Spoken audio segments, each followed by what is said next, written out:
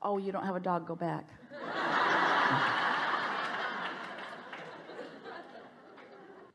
Good morning. It is. Good to be here again. My wife and I do the daily meditation tape with the 4 parts with relationships and physical and financial each day, and at the end of each one is 10 or 15 minutes, not that long, 3 or 4 minutes of just silent and breathing and thinking and feeling the vibrations. And this question was born out of one of those recent sessions, so I sort of feel like I'm supposed to ask it, even though I already think I know the answer from man's point of view, from training point of view.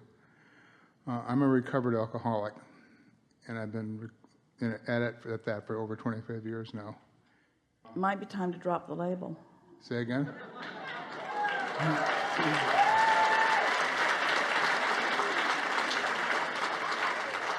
Might be time to drop the label. That's why I say recovered from a disease of hopelessness and etc. It is time to drop the label. Okay. Can't talk about that without bringing some of that vibration forward. Okay, that's for sure. You just can't focus on it without, yes, of course, it's not dominant, but... Okay. So the question comes out of that experience. Law of attraction says that which is like unto itself is drawn, if I'm quoting it correctly. Law of attraction says how you feel is what you get. Okay. Law of attraction says what you emanate is how you feel, because that emanation is playing against this emanation.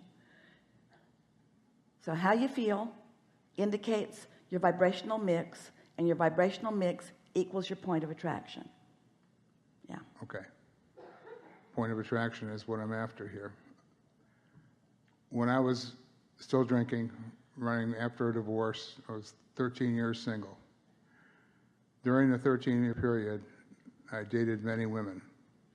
I had 7 live-in relationships. 6 of them were daughters of alcoholics. So the question really is, how does that happen? They weren't alcoholic. I'm using the word, but you know what I'm talking about. Why were we attracted? Who attracted who? Well, are you believing that your point of attraction was only about that? There were not other points of compatibility?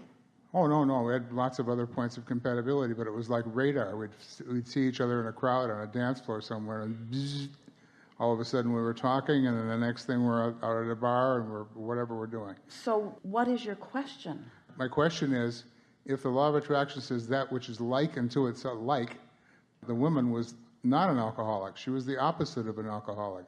How is she attracted to me and me to her? We are different. The thing that we want you to feel with us, we're going to sort this out so that you can hear it. First, being the daughter of an alcoholic may very well make it active in your vibration. And pushing hard against something, I'm not ever going to do that, I'm never going to do that, I'm never going to do that. I see the destructive tendencies that brings. I see how that breaks up a home. I see how hard that is to live with. And so even though the behavior didn't translate into that, still the vibrational patterns were there.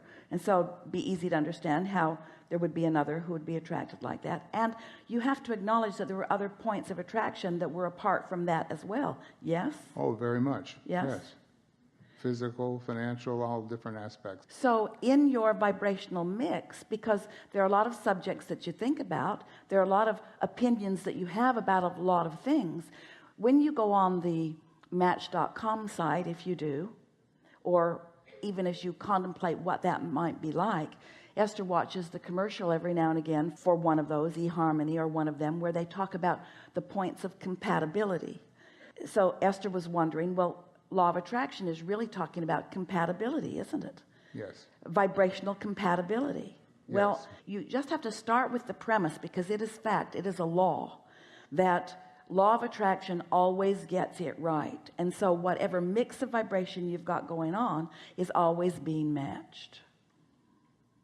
Okay. One of the things that is really worth talking about in a conversation about deliberate creation is that until you are consciously aware of law of attraction, And until you are consciously aware of your 2 points of relativity, meaning your inner being and what your inner being is attracting, and you with your physical personality and what you are emanating, and therefore what you are attracting, until you are consciously aware of the law and your 2 points of attraction and the way you feel, which indicates the harmony or discord in that point of attraction, you can't really make sense of anything that you were ever living, because there was no stability. You were up and down and making decisions based upon far less than alignment with your inner being.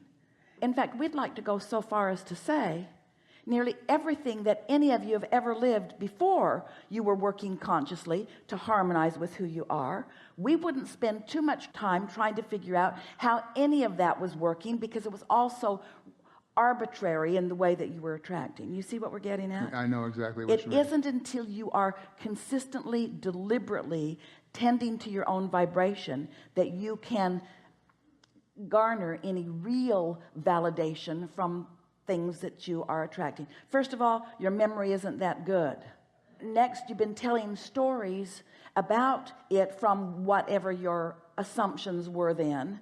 So you've got lots of flawed premises going on that you're carrying forward also, you see. It seems to be very common among the, I don't want to use the word alcoholic anymore, but alcoholics, that that this mating process of an enabler and a drunk find each other, and she takes care of him, drives him home safely, bails him out of jail, pays his bills, and he continues to abuse that kindness by continual drinking until he gets sober.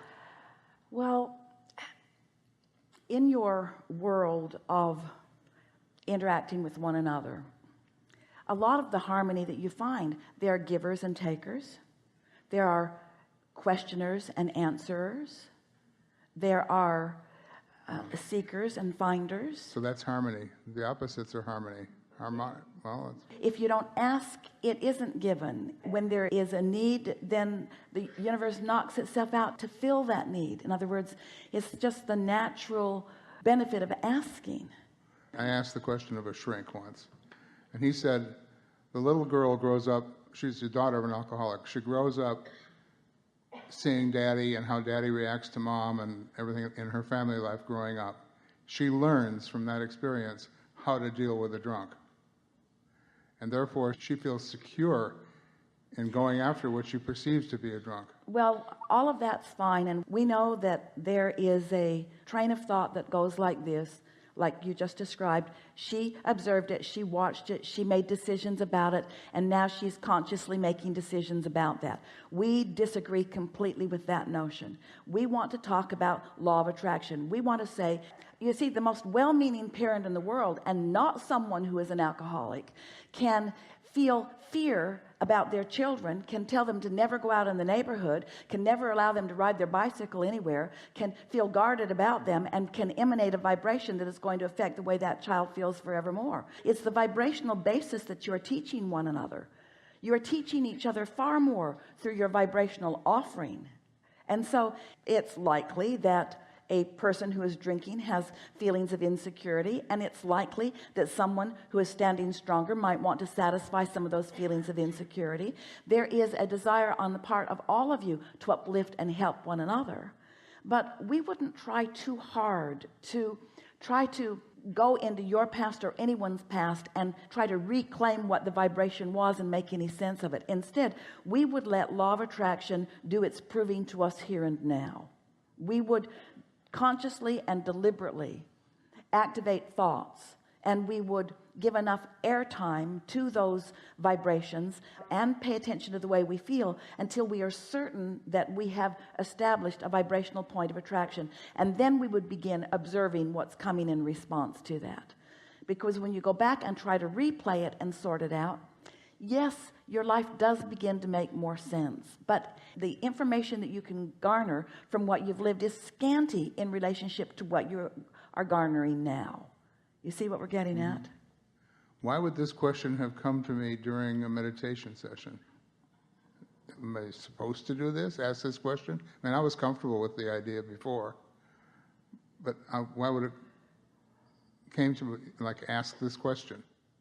Well, we think it's a good question. We're not unhappy that you asked the question. Are you unhappy that you asked the question? Did you get an answer? Yes, I got to focus more on the vibration and shut up about being an alcoholic. Yep.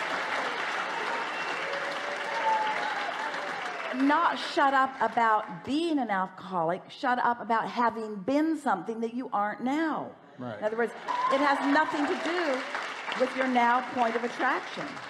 And when you go back and try to remember what your point of attraction was at a time when you can't even remember most of what was happening in those days, is really counterproductive. Good. I'm happy. Yeah, really good. Really good. Thank you. This is a really good time for a segment of refreshment.